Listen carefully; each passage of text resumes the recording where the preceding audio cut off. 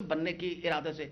मेरे लिए ये एक इतना बड़ा हमारे लिए सानिया था कि सारा एविडेंस जो है उसको इन्होंने खुर्द-बुर्द कर दिया कि जब हाई कोर्ट का ऑर्डर पता चला कि जी हाई कोर्ट ने सीसीपीओ को दोबारा लगाया है, तो मैंने मुनासिब समझा कि मैं सीसीपीओ से पूछूं कि आपकी कब आपकी अपॉइंटमेंट हो गई है, क्योंकि हमारी जो जीआईटी है, which is the real GIT, जो उस वक्त हुकूमत थी और उसने हुकूमत ने ये सारा कुछ किया था, जेआईटी बनाई थी which is a legal JIT, तो हमने तो ऑलरेडी उस पर हमें ट्रस्ट था कि ये बंदा जो है। तो मैंने उनसे पूछा कि आप कब तक ज्वाइन कर रहे हैं, तो उन्होंने कहा जी अभी तक मेरे ऑर्डर्स नहीं आए। वो आपने सारा टेप सुना जिसके अंदर कोई ऐसी बात नहीं पूछी गई। उसमें मुझसे सवाल पूछे गए कि कंसर्न क्यों था। अरे भाई मुझे कंसर्न नहीं होगा तो क्यों नहीं कंसर्न होगा। वजह यह है कि खान साहब के ऊपर कातलाना हमला हुआ, खान साहब की सारी जो इन्वेस्टिगेशन है उनके आपने बंदे भी गायब कर दिए, उसके बाद जिन लोग जो एविडेंस है उसको भी गायब कर रहे हैं आप। तो हमें तो बिल्कुल किसी तरीके से किसी और पे ट्रस्ट नहीं था, और हमें उम्मीद थी कि अब सीसीपीओ के वापस आने से, यानी डोगर के वापस आने से, हम दोबारा अपना जेआईटी जो है वो शुरू कर देंगे। मुझे तो, मैं सख्त मजम्मत करती हूँ। मैंने खान साहब के सामने आके बताया कि जी मुझे इतनी तकलीफ हुई कि जी फेयर ट्रायल एक्ट के मुताबिक मैं एक सिटीजन हूँ उस पाकिस्तान का। मेरा वो चादर और चार दीवारी तो जो पामाल करनी करनी थी इन लोगों ने, हम खवाती के लिए, तो इन हम सारी औरतें जो हैं इनके शर से नहीं बच सकते। जिस तरह इन लोगों ने टेपिंग करनी शुरू कर दी है, वजह यह कि जिस तरह आपने फरमाया फेयर ट्रायल एक्ट के मुताबिक ये कैसे टेप कर सकते थे हमें, हाउ कुड ही टेप, क्या इन्होंने इजाज़त ली थी? क्या ये सनाउल्लाह जो इंटीरियर मिनिस्टर है ये किसी जज के पास गया था, इसने जाके जज से इजाज़त ली थी?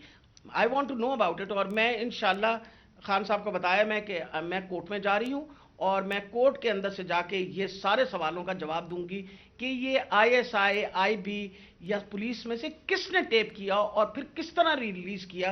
क्योंकि मैं ये सोचती हूँ कि मेरा जो बुनियादी इंसानी हकूक हैं, जो मेरा राइट है, वो उसके ऊपर बहुत बड़ा हमला हुआ जी। दोपहर में जब ये ऑडियो लीक हुई तो मैंने जब वो ऑडियो सुनी तो मुझे इमीडिएटली एहसास हुआ कि ये किस मकसद के लिए ये लीक हुई है। वजह ये थी कि मैं पिछले 4 माह से खान साहब की जो जेआईटी बनी थी, खान साहब पे जो कातलाना हमला हुआ था, उस जेआईटी को फॉलो अप मैं कर रही थी, और ख़ास तौर पे जो एंटी टेररिस्ट कोर्ट है गुजरांवाला का, उसमें फॉलो अप कर रही थी। और ये मैंने जब देखा कि ये क्या क्यों किया गया है, वो इसलिए किया गया कि हमारे जेआईटी का जब बना तो इसका कन्वीनर जो थे ये डोगर साहब थे, जो सीसीपीओ थे उस वक्त। और इन्होंने, डोगर साहब ने ये बात इंकशाफ कर दी थी हुकूमत के सामने कि इसमें 3 लोग मुलव्विस हैं। यानी जो असैसिनेशन अटेम्प्ट है खान साहब के ऊपर, वो बाकायदा एक ऑर्केस्ट्रेटेड अटेम्प्ट थी।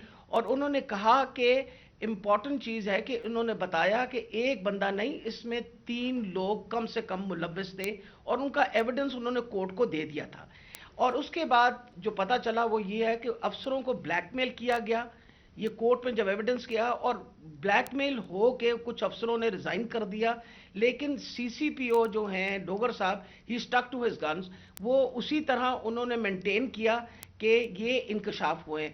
ये तो सारी बातें मेरे सामने तब आई कि जब हम एटीसी में गए, ये जो गुजरांवाला का कोर्ट है, तो एविडेंस जो खान साहब का ये इन्वेस्टिगेशन का एविडेंस है वो आने देते ही नहीं थे। और उसका हवाला, यानी जब सीसीओपी को हटाया तो डीजी एंटी करप्शन को दे दिया गया। जो चीफ इन्वेस्टिगेटिंग ऑफिसर था जिसका नाम अनवर शाह साहब थे, उनको इन्होंने पहले क्या किया कि उसको ओएसटी कर दिया, और उसके बाद जो डीजी था उसने सारा रिकॉर्ड जो है उसको सील कर दिया और ताला लगा दिया।